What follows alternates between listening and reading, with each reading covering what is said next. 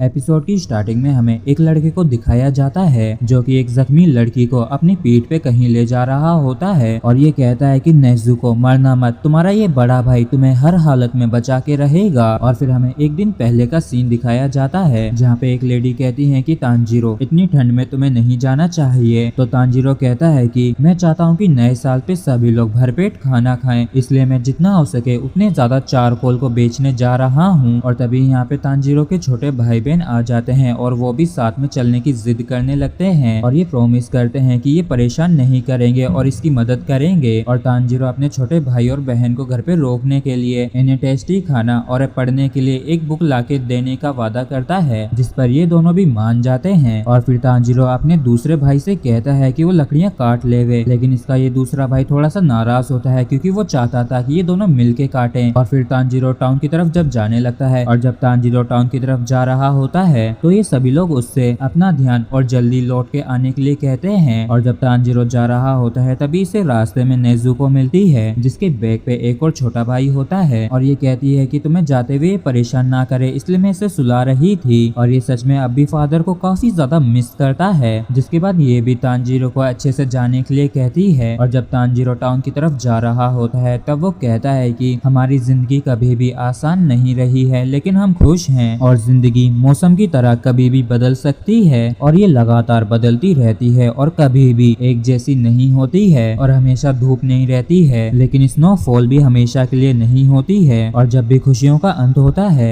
तो उसमें खून की स्मेल होती है। और जब ये टाउन में पहुंच जाता है तो एक लेडी कहती है कि तुम सच में काफी ज्यादा मेहनती हो जो कि ऐसे मौसम में भी माउंटेन से नीचे आए। यहाँ पे सभी लोग चारकोल की काफी डिमांड कर रहे होते हैं, तो इस चीज से तांजीरो भी काफी खुश होता है। और एक औरत से पिटता हुआ लड़का तांजीरो को देख के काफी खुश होता है और ये कहता है कि मुझ पे इस प्लेट को तोड़ने का इल्जाम लगाया गया है, इसलिए सूंघ के उस तोड़ने वाले का पता लगाओ। और इसके पीछे तांजीरो बिल्ली बताता है और ये लड़का उस लेडी के ऊपर काफी गुस्सा होने लगता है क्योंकि उसने इसकी बात पे विश्वास नहीं किया था। और ऐसे ही दिन बीत जाता है और तांजीरो के लौटते समय अंधेरा होने लगता है और इसे सब कुछ बेच देने की खुशी होती है। और तभी एक बंदा तांजीरो को रोकते हुए कहता है कि इस समय माउंटेन पे जाना खतरनाक होगा। और तांजीरो कहता है कि मेरी नाक काफी तेज है तो कुछ नहीं होगा। और फिर ये बंदा कहता है कि बहस मत करो, डीमंस के आने से पहले अंदर आ जाओ और सुबह चले जाना। और तांजीरो डिनर करने के बाद ये पूछता है कि राक्षस क्या होते हैं, तो ये बंदा बताता है कि आदमखोर राक्षस हमेशा रात के अंधेरे में निकलते हैं, इसलिए तुम भी रात के समय कहीं पर भी मत जाया करो। और सोते समय तांजीरो इससे पूछता है कि क्या ये डीमंस लोगों के घरों में घुस नहीं सकते हैं क्या, तो ये बंदा कहता है कि हाँ ये घुस सकते हैं। और फिर तांजीरो कहता है कि तो फिर अंत में सभी को डीमंस द्वारा खा लिया जाएगा, तो ये बंदा कहता है कि तभी तो डीमन हंटर्स हमें प्रोटेक्ट करने के लिए इन्हें मारते हैं। और तांजीरो सोते वक्त सोचता है कि जब से इन्होंने अपने परिवार को खोया है तब से ये अकेले ही हैं और ये काफी अकेले रहते होंगे, तो अगली बारी से मैं अपने छोटे भाई बहनों को भी ले आऊंगा। और अच्छी बात है कि यहाँ पे कोई भी डीमन नहीं है जिससे डरा जाए। और अगले दिन तांजीरो अपने घर के लिए निकल जाता है और ये वापस से रास्ते में सोचता है कि जब कभी भी खुशियों का अंत होता है तो वहाँ पे हमेशा। और तभी तांजीरो को हवा में से ब्लड की स्मेल आती है, तो वो काफी तेजी से भागते हुए अपने घर पे आता है, तो वो अपनी बहन नेज़ुको और भाई को खून से लथपथ पाता है। और इनकी ऐसी हालत को देख के इसके काफी तगड़े वाले होश उड़ जाते हैं और ये चिल्लाते हुए कहता है कि नेज़ुको यहाँ पे क्या हुआ है और ऐसा किसने किया है। और तभी इसका ध्यान घर के अंदर जाता है तो ये देखता है कि इसकी मॉम के साथ साथ इसके सभी छोटे भाई बहन मरे हुए हैं। और इस नजारे को देख के ये अंदर से टूट जाता है और एकलौती नेज़ुको की ही सांसें चल रही होती हैं, इसलिए ये इसे पीठ पे उठा के टाउन की तरफ भागने लगता है जिससे कि डॉक्टर इसे समय रहते बचा सके। और ठंडी हवा इसके लंग्स में चुभ रही होती है जिससे कि ये सांस नहीं ले पा रहा होता है और टाउन भी अभी काफी दूर है, तो ये रुक भी नहीं सकता था। और ये कहता है कि मैं तुम्हें मरने नहीं दूंगा, मैं तुम्हें हर हालत में बचा के रहूंगा।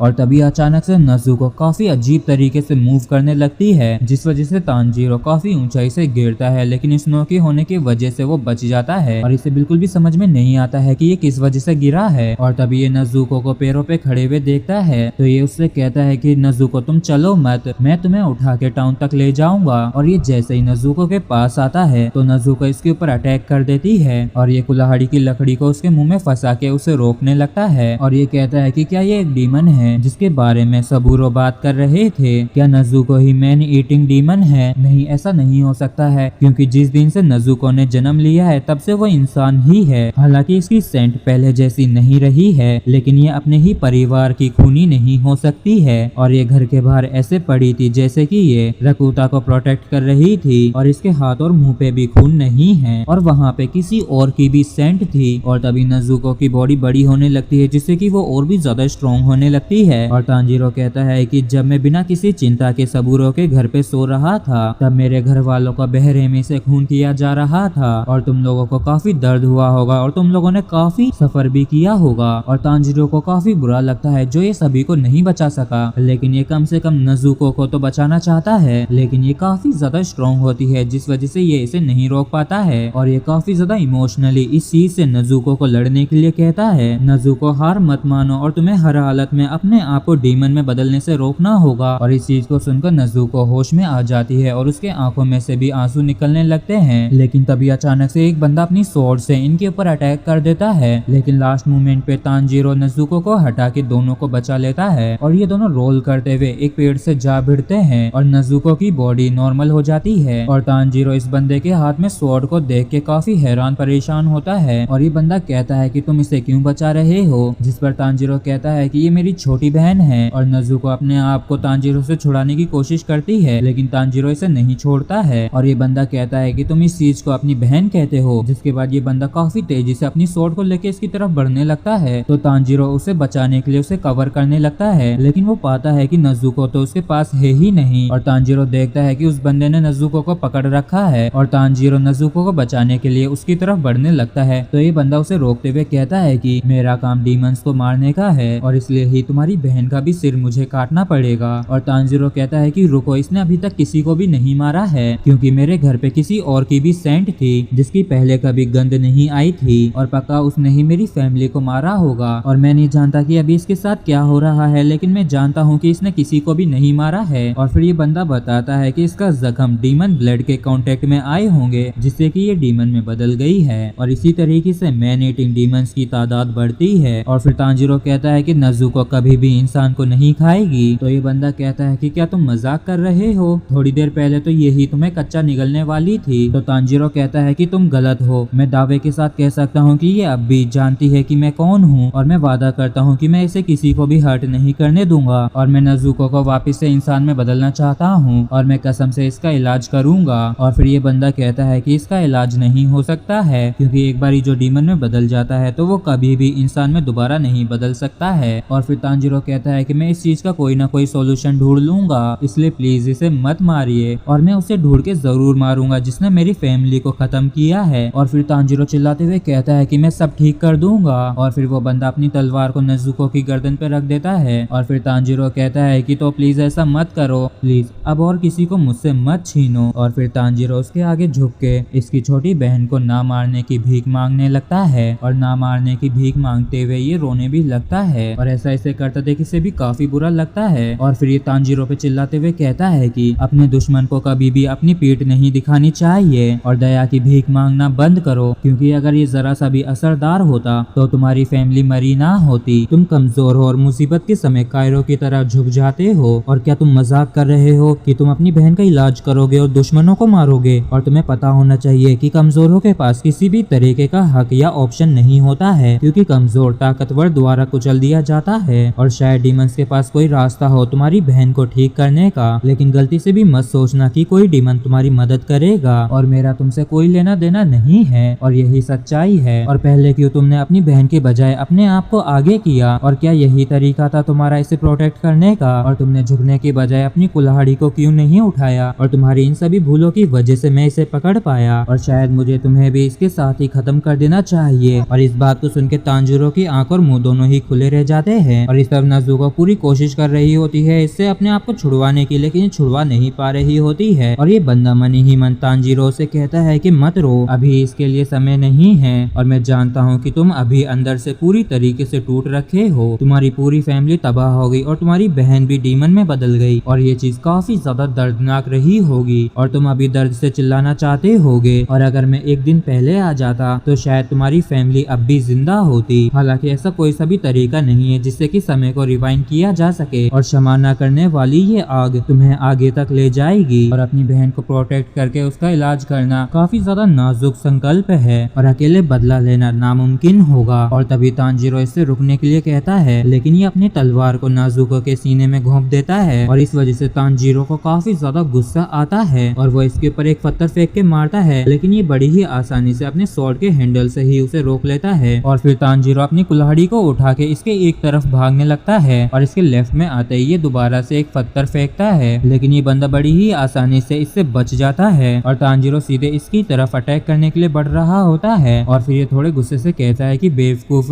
कभी भी भावनाओं में बह के सामने से हमला नहीं करना चाहिए। और फिर ये बंदा बड़ी ही आसानी से स्वॉर्ड के हैंडल से मार के तांजीरो को बेहोश कर देता है। और तांजीरो की ऐसी हालत को देख के नजुको भी काफी हैरान होती है और इस बंदे को समझ में नहीं आता है कि तांजीरो की कुल्हाड़ी कहाँ गई। और तभी इसका ध्यान हवा में तांजीरो की कुल्हाड़ी पे जाता है जो कि इसी की तरफ आ रही होती है और ये इस कुल्हाड़ी से बाल बाल बचता है। तांजीरो के इस तरीके से ये काफी ज्यादा हैरान होता है और इसे भी समझ में आ जाता है कि जब तांजीरो ने पेड़ के पीछे छिप के इसके ऊपर रॉक फेंका था तब उसके साथ ही इसने कुल्हाड़ी को भी इसकी तरफ हवा में उछाल दिया था और इसने अपने हाथों को पीछे छुपा के ऐसा दिखाया कि ये अटैक कर रहा है, जिस वजह से मुझे पता नहीं चला कि ये खाली हाथ था और ये अच्छे से जानता था कि ये मुझे हरा नहीं सकता है, लेकिन तब भी इसने अपने हारने के बाद मुझे भी जख्मी करने की कोशिश की और इस वजह से नाजुको को काफी ज्यादा गुस्सा आ जाता है और वो इसे किक मार के दूर कर देती है, जिसके बाद ये काफी तेजी से तांजीरो की तरफ जाने लगती है और इस बंदे को ऐसा लगता है कि नाजुको तांजीरो को मारने जा रही है। और तभी ये देखता है कि नाजुको तो तांजीरो को इससे प्रोटेक्ट कर रही है और तभी इसे तांजीरो की बात याद आती है जब उसने कहा था कि नाजुको अलग है और ये कभी भी इंसानों को नहीं खाएगी। और काफी समय पहले किसी और ने भी यही चीज कही थी, लेकिन जब एक डीमन को भूख लगती है तो वो अपनी खुद की फैमिली को भी खा लेता है क्योंकि उनके लिए इंसान न्यूट्रिशंस हैं। और मैं गिन के बता भी नहीं सकता हूँ कि मैंने ऐसा कितनी बार होते हुए देखा है। ये लड़की जख्मी है और ये उन जख्मों को भरने के लिए अपनी एनर्जी को खर्च कर रही है और पक्का इसका ये ट्रांसफॉर्मेशन भी इसे काफी ज्यादा थका रहा होगा, जिसका मतलब ये अभी निसंदेही काफी ज्यादा प्यासी है और पक्का ये जल्द से जल्द इंसान को खाना चाहती होगी और तब भी ये इसे प्रोटेक्ट कर रही है और इसकी खातिर तो ये मुझसे भी लड़ रही है। और नजुको वापस से एक बार इस पे अटैक कर देती है और नजुको को अपनी तरफ आता देखी अपनी स्वॉर्ड को वापस से अंदर रख लेता है और कहता है कि इनमें जरूर कुछ तो स्पेशल है। और फिर ये नजुको के गर्दन पे अटैक कर उसे बेहोश कर देता है और इस तरफ हम तांजीरो के सपने में उसे पड़े हुए देखते हैं जहाँ पे इसकी मदर इसको अकेला छोड़ के जाने के लिए माफी मांग रही होती है और कहती है कि तुम्हें नजुको का अच्छा ख्याल रखना होगा मेरे लिए। और जैसे तांजीरो को होश आता है तो वो नजुको को अपने पास बेहोश पाता है और फिर ये बंदा कहता है कि तुम्हें उरोको दाकी सकोंजी नाम के एक बूढ़े आदमी के पास जाना होगा जो कि सागिरी माउंटेन पे रहता है और उससे कहना कि तुम्हें टोमियो का गियू ने भेजा है और अब जब बादल है तो ऐसा दिखता है कि ये अभी ठीक रहेगी, लेकिन अच्छे से ध्यान रखना कि ये कभी भी सनलाइट के कांटेक्ट में ना आए। और इतना कहते ही ये बंदा यहाँ से गायब हो जाता है और फिर तांजीरो वापस से अपने घर लौट के अपने मरे हुए फैमिली को दफनाता है और उनके लिए प्रे करता है और फिर ये नजुको के साथ उस बंदे से मिलने के लिए जाने लगता है। और इसी के साथ फ्रेंड्स एपिसोड भी हमारा यहीं पे खत्म होता है। अगर आप लोगों को वीडियो अच्छा लगा तो प्लीज चैनल को सब्सक्राइब और वीडियो को लाइक करना बिल्कुल भी ना भूलें। थैंक